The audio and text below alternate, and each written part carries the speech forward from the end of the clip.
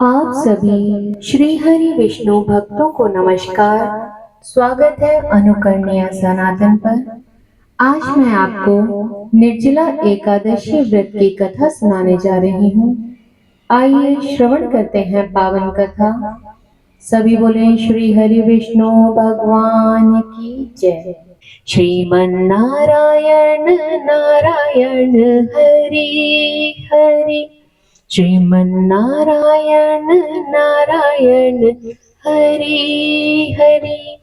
एकादशी व्रत हिंदुओं में सबसे अधिक प्रचलित व्रत माना जाता है। वर्ष में 24 एकादशियां आती हैं, किंतु इन सब एकादशियों में ज्येष्ठ शुक्ल एकादशी सबसे बढ़कर फल देने वाली समझी जाती है, क्योंकि इस एकादशी का व्रत रखने से वर्ष भर की एकादशियों के व्रत का फल प्राप्त होता है। निर्जला एकादशी का व्रत अत्यंत संयम साध्य है। इस युग में यह व्रत संपूर्ण सुख, भोग और अंत में मोक्ष कहा गया है। कृष्ण पक्ष और शुक्ल पक्ष दोनों पक्षों की एकादशी में अन्न खाना वर्जित है।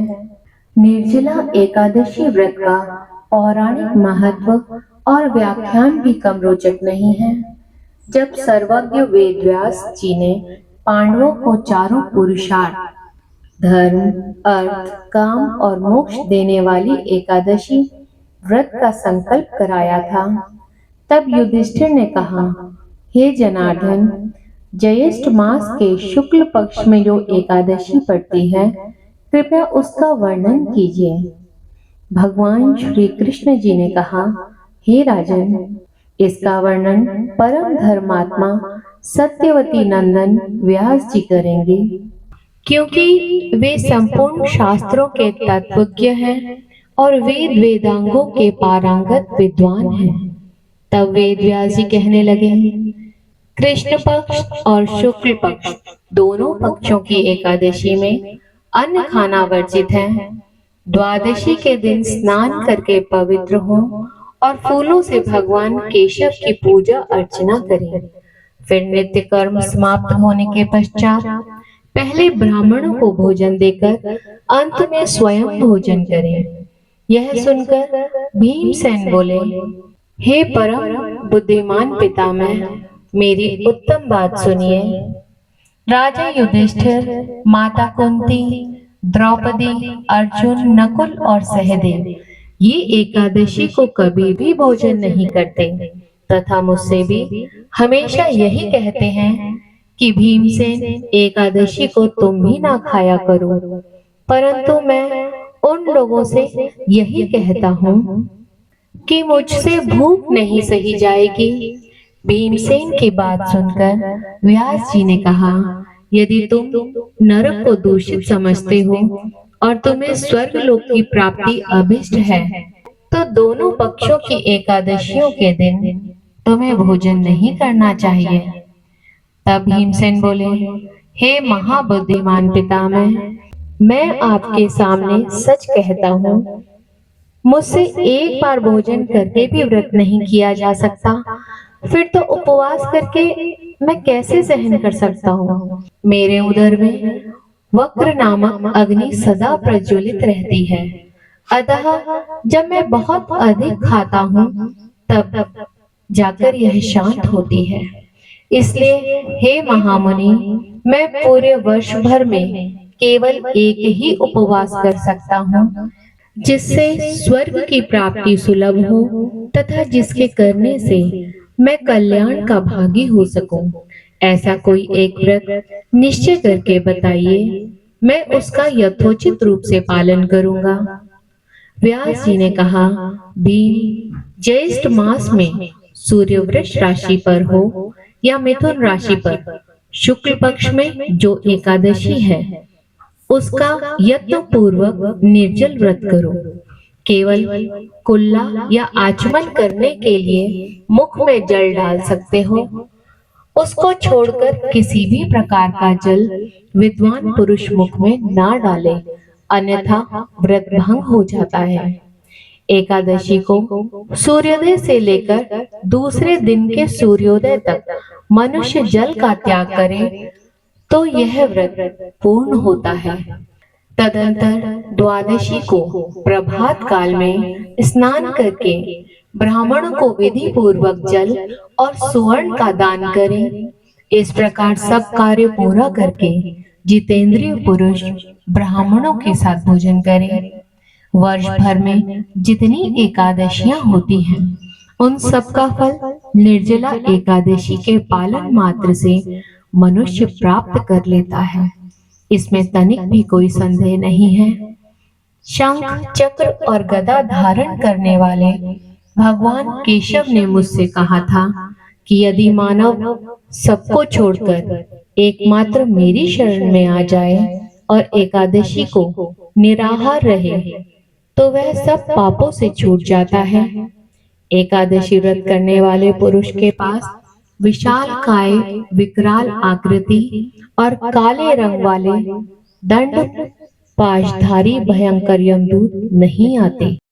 अंत काल में पीतांबरधारी सौम्य स्वभाव वाले, हाथ में सुदर्शन धारण करने वाले और मन के समान वेगशाली विष्णुदूत आखिर इस वैष्णव पुरुष को भगवान श्री हरि विष्णु जी के धाम में ले जाते हैं। अतः निर्जला एकादशी को पूर्ण यत्न करके उपवास और भगवान श्री हरि विष्णु जी का पूजन करो। स्त्री हो या पुरुष, यदि उसने मेरु पर्वत के बराबर भी महान पाप किया हो तो वह सब इस एकादशी व्रत के प्रभाव से समाप्त हो जाता है, अर्थात वह पाप भस्म हो जाता है। जो मनुष्य उस दिन जल के नियम का पालन करता है वह पुण्य का भागी होता है। उसे एक एक प्रहर में कोटि कोटि स्वर्ण मुद्रा दान करने का फल प्राप्त होता सुना गया है। जो मनुष्य निर्जला एकादशी के दिन स्नान, दान, जप, होम आदि जो कुछ भी करता है वह सब अक्षय होता है। यह भगवान श्री कृष्ण जी का कथन है। निर्जला एकादशी को विधि पूर्वक उत्तम रीति से उपवास करके मनुष्य वैष्णव पद को प्राप्त कर लेता है। जो मनुष्य एकादशी के दिन अन्न खाता है वह पाप का भोजन करता है। इस लोक में वह चांडाल के समान है और मरने पर दुर्गति को प्राप्त होता है। जो ज्येष्ठ के शुक्ल पक्ष में एकादशी को उपवास करके दान करेंगे वे परम पद को प्राप्त होंगे। जिन्होंने एकादशी को उपवास किया है वे ब्रह्म हत्यारे, शराबी, चोर तथा गुरुद्रोही होने पर भी सब पातकों से मुक्त हो जाते हैं। हे कुंती नंदन, निर्जला एकादशी के दिन श्रद्धालु स्त्री पुरुषों के लिए जो विशेष दान और कर्तव्य निहित हैं उन्हें सुनो। उस दिन जल में शयन करने वाले भगवान श्री हरि विष्णु जी का पूजन और जलमयी धेनु का दान करना चाहिए, अथवा प्रत्यक्ष धेनु या घृतमयी धेनु का दान करना उचित है। पर्याप्त दक्षिणा और भांति भांति के मिष्टानों द्वारा यत्न पूर्वक ब्राह्मणों को संतुष्ट करना चाहिए। ऐसा करने से ब्राह्मण अवश्य संतुष्ट होते हैं और उनके संतुष्ट होने पर भगवान श्री हरि विष्णु जी मोक्ष प्रदान करते हैं। जिन्होंने शम, दम और दान में प्रवृत्त हो भगवान श्री हरि विष्णु जी की पूजा और रात्रि में जागरण करते हुए इस निर्जला एकादशी का व्रत किया है, उन्होंने अपने साथ ही बीती हुई 100 पीढ़ियों और आने वाली 100 पीढ़ियों को भगवान वासुदेव के परम धाम में पहुंचा दिया है। निर्जला एकादशी के दिन अन्न, वस्त्र, गौ, जल, शैया, सुंदर आसन, कमंडलू तथा छाता दान करना चाहिए। जो श्रेष्ठ तथा सुपात्र ब्राह्मणों को जूता दान करता है वह सोने के विमान पर बैठकर स्वर्ग लोक में प्रतिष्ठित होता है। जो इस एकादशी की महिमा को भक्ति पूर्वक सुनता अथवा उसका वर्णन करता है, वह स्वर्ग लोक में जाता है।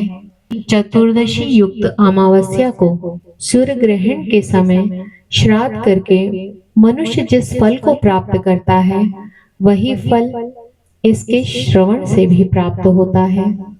पहले दंत धावन करके यह नियम लेना चाहिए कि मैं भगवान श्री हरि विष्णु जी की प्रसन्नता के लिए एकादशी निराहार रहकर आचमन के सिवा दूसरे जल का भी त्याग करूंगा।